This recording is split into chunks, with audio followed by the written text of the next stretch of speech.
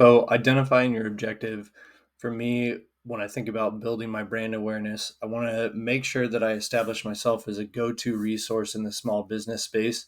So, if you're building out your social media calendar, trying to plan what you're going to do, first you need to figure out what the purpose of your social media is and what you're actually trying to accomplish by posting those videos, and then really focus on that and tailor all of your content towards that mission.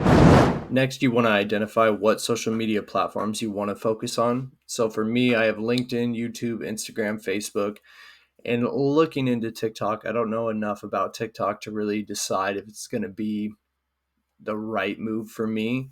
But what I will tell you is this ties into those lead capture forms that I had on my previous video, because when you do start to post and try to engage with your target audience, those lead capture forms are actually going to tell you if any of those platforms are returning on your investment. So if you're putting those lead capture forms out there and you're really only starting to see traffic coming from, let's say, your Facebook page, then that's where you should start to focus a lot of your time and attention.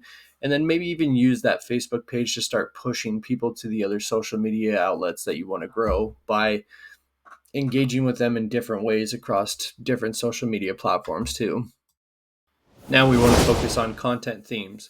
Having a good mix will help you, because sometimes it is really difficult to gain engagement from educational pieces, but just know that if you're not measuring your success on social media by the number of followers you have, but the individuals who are actually getting value out of the stuff that you're posting, your educational content will be better in that regard. Like, a lot of people want to look at metrics of success being your follower count, how many comments you're getting on certain things. But the truth is if you're a business and you're trying to monetize that audience, it doesn't necessarily mean that you have to have a lot of followers or subscribers or whatever else, as long as you're actually niching down and talking specifically to your target audience and adding value whenever you can. Now, mixing that in with some behind the scenes, people love to see what you're doing, what you're building, hence my YouTube videos.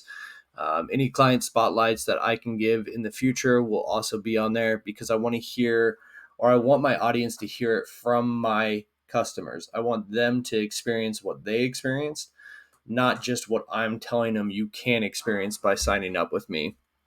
And then polls, question and answer, anything that keeps them engaged, has them giving their opinion too. It's always great to actually just encourage people to ask questions. And I feel like when individuals do ask questions, it will actually help you build more content, because now you know what your audience wants to hear, or what they're trying to understand too. Okay. So this is the next portion here that I want to show you. This is a social media calendar. This is all included in that tool that I've been sharing with you, that I think any small business owner should have. One, because it's all inclusive, right? It's your website, sales funnel, obviously social media calendars, social media automation, email campaigns, text campaigns, and other business processes that you can automate within this.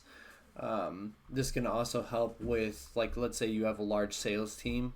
You can also create calendars where they do round robin scheduling. So if people are scheduling from your website, you can start to distribute them out evenly across your sales team, just making it easier for them and making sure everybody gets fed those leads. But this is what a social media calendar looks like. You can see here I've started adding a little bit. I still have to create a new Instagram page for this business. I also need to decide. I have a decent amount of following of small business owners on my personal Facebook. So I don't know if I want to start posting content through my personal Facebook, or go an alternative route. But once I have that connected, I can actually start to schedule out my LinkedIn, my Facebook, my Instagram, my YouTube, and TikTok eventually, if I do decide to go down that path too, all within this here. So you can have it scheduled out and post for you, which is nice. So if you can plan ahead, get all of your content on the calendar for the next month, it will just automate it, post it, and then we'll show you how you can actually automate your comment section too, within the same tool. Okay, so now back on this portion, we're going to take a look at just the Facebook comment automation. So you can do this in Facebook and Instagram. Some of you who are watching this video might know of a tool called ManyChat, very similar, but what's nice about it being used in high level is it's already connected to everything. It's connected to your CRM system. You know, this just makes it simple and easy for you to get in front of your clients, stay in front of your clients. So let me walk you through what I'm trying to put in for my business now. We'll just go into a quick trigger form here. So eventually I could go in and I could select my actual Facebook page, choose a post once that's selected, and then I have it set to contain the phrase checklist.